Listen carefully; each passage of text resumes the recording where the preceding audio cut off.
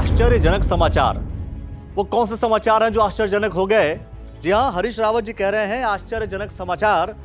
क्या हम चुने हुए जनप्रतिनिधियों का स्तर इतना गिर गया है कि हमको मंत्री पद देने के एवज में 2-2, 3-3 करोड़ रुपए मांगे जा रहे हैं? कहीं ना कहीं ऐसी चर्चा रही होगी, अन्यथा कोई अपराधी भी यह साजिश कर रहा है तो वह भी बिना किसी तरीके के सुगबुगाहट के इस प्रकार का दुस्साहस नहीं कर सकता है।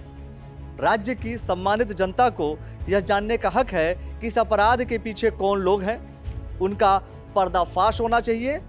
बिना आंच के धुआं नहीं निकलता है। जी हाँ, कुछ समय पहले आपने सुना होगा कि कुछ लोग के फोन आए विधायकों को इस बात को लेकर के कि साहब हम आपको मंत्री बनाएंगे। अब मंत्री बनाएंगे तो जाहिर सी बात है उसके लिए कुछ ना कुछ जो है कुछ प्रक्रिया निभानी थी। उस प्रक्रिया में 2-2, 3-3 करोड़ रुपए की डिमांड की गई थी और यह बताया गया था, जो व्यक्ति फोन किया था उसने यह बताया था कि वह अमित शाह जी के संबंधी, जय शाह जी के संबंधी के तौर पर बात कर रहा था। अब सोच कर देखिए, सवाल यह जो हरीश रावत जी कर रहे हैं, यह सवाल कहीं ना कहीं पूरे इंटायर सिस्टम को कटघरे में खड़ा कर रहा है इस बात को लेकर के कि बिना 2-2, 3-3 करोड़ रुपए दिए क्या कोई मंत्री बनता है? क्या मंत्री बनने के लिए पैसे देने होते हैं? या मंत्री पद के लिए आपको पैसे देंगे तभी जाकर के आप मंत्री बनेंगे, और आप पैसे नहीं दे पाते हैं तो मंत्री नहीं बनेंगे। मतलब साफ तौर पर है कि यहां पर भी शुरुआती दौर में ही करप्शन का प्रोसेस शुरू हो जाता है। सोच करके देखिए, ये कोई छोटा विषय नहीं है। और हालांकि जिस व्यक्ति ने मांगा था पैसा, जिस व्यक्ति ने जालसाजी करने की कोशिश की थी, आदेश कुमार जी का शिकायत था, 2 और विधायक थे उनका शिकायत था। इन लोग की शिकायतों के आधार पर उसको पकड़ तो लिया गया है।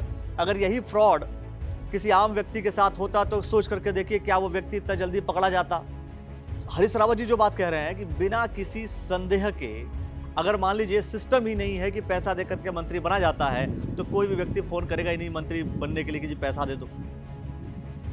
या मतलब यह है कि यह प्रोसेस ही ऐसा चल रहा है। और पता है आपको कि भाई मंत्री पद बंटने हैं उत्तराखंड में, यह बात तो सभी को पता है।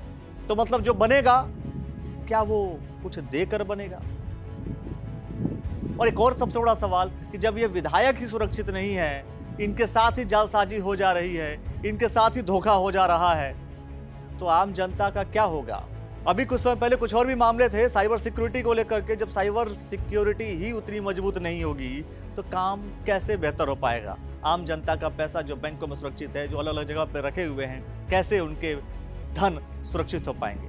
बहरहाल वो सारे विषय को छोड़िए, सीधी सी बात है, हरीश रावत जी ने जो सवाल खड़ा किया है सोशल मीडिया पर पोस्ट करके, वह सोचने योग्य है, समझने योग्य है कि बिना किसी सुगबुगाहट के, बिना किसी समझ के क्या कोई व्यक्ति किसी भी मंत्री बनाने के लिए, किसी विधायक को मंत्री बनाने के लिए क्या पैसे की फिरौती की डिमांड कर सकता है कि 2-2, 3-3 करोड़ रुपया दो तब जाकर के हम आपको मंत्री बनाएंगे। और अगर कोई विधायक मंत्री बनता है 2 करोड़ रुपया, 3 करोड़ रुपया दे करके, तो उसकी पहली प्रायोरिटी क्या होगी? क्या उसने जो 2 करोड़, 4 करोड़, 5 करोड़, 10 करोड़ रुपए दिए हैं, क्या सबसे पहले वो अपनी भरपाई नहीं करेगा?